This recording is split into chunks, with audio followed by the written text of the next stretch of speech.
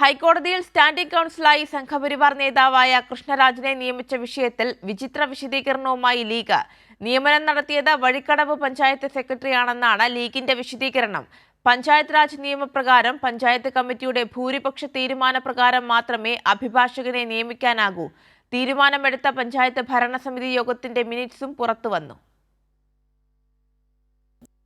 സംഘപരിവാർ നേതാവും തീവ്ര ഹിന്ദുത്വവാദിയുമായ advocate കൃഷ്ണരാജിനെ standing കൗൺസിലായി നിയമിച്ച നടപടി വിവാദമായതോടെയാണ് ന്യായീകരണവുമായി ലീഗ് രംഗത്തെത്തിയത്. പഞ്ചായത്ത് സെക്രട്ടറി നടത്തിയ നിയമനമാണെന്നാണ് ലീഗ് അണികൾ സൈബറിടങ്ങളിൽ നൽകുന്ന വിശദീകരണം.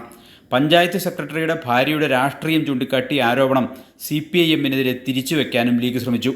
പഞ്ചായത്ത് രാജ് ആക്ട് പ്രകാരം അഭിഭാഷകനെ നിയമിക്കാനുള്ള അധികാരി പഞ്ചായത്ത് ഭരണസമിതിയാണ്. ഭരണസമിതി തീരുമാനം നടപ്പിലാക്കുന്ന ഉദ്യോഗസ്ഥൻ മാത്രമാണ് സെക്രട്ടറി. വഴിക്കടവ് പഞ്ചായത്തിൽ നടന്നതും അതുതന്നെയാണെന്ന് പഞ്ചായത്ത് ഭരണസമിതിയുടെ മിനിറ്റ്സ് പരിശോധിച്ചാൽ വ്യക്തമാകും. വഴിക്കടവ് ഗ്രാമപഞ്ചായത്ത് ഭരണസമിതി യോഗത്തിൻ്റെ മിനിറ്റ്സിൻ്റെ പകർപ്പാണിത്. File number S2 2279/25. ഹൈക്കോടതിയിൽ സീനിയറായി ഒരു അഭിഭാഷകൻ്റെ സേവനം ആവശ്യമാണെന്ന് കണ്ടെത്തിയതിനാൽ സുപ്രീം കോടതിയിലെ അഭിഭാഷകനായ കൃഷ്ണരാജിനെ നിയമിക്കാൻ കമ്മിറ്റി തീരുമാനിക്കുന്നു എന്നതാണ് മിനിറ്റ്സിലെ വാചകം. മുസ്ലിം ലീഗ് നേതാവായ പഞ്ചായത്ത് പ്രസിഡന്റ് മുന്നോട്ട് വെച്ച ഈ തീരുമാനം UDF-ന് ഭൂരിപക്ഷമുള്ള പഞ്ചായത്ത് ഭരണസമിതി അംഗീകരിക്കുകയായിരുന്നു. കേസ് 1-ന് 15,000 രൂപയാണ് കൃഷ്ണരാജ് വക്കീലിന് നൽകാൻ കമ്മിറ്റി നിശ്ചയിച്ച ഫീസ്. നിയമപ്രകാരം ഒരു പഞ്ചായത്ത് ഭരണസമിതിക്ക് ഒരു വക്കീലിനായി അനുവദിക്കാൻ കഴിയുന്ന പരമാവധി തുകയാണിത്.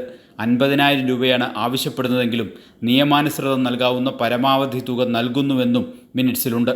വസ്തുത ഇതായിരിക്കെയാണ് വിവാദ നിയമനത്തിൽ വിചിത്ര വിശദീകരണവുമായി ലീഗ് രംഗത്തെത്തിയിരിക്കുന്നത്. സാലി മുഹമ്മദ്, കൊച്ചി.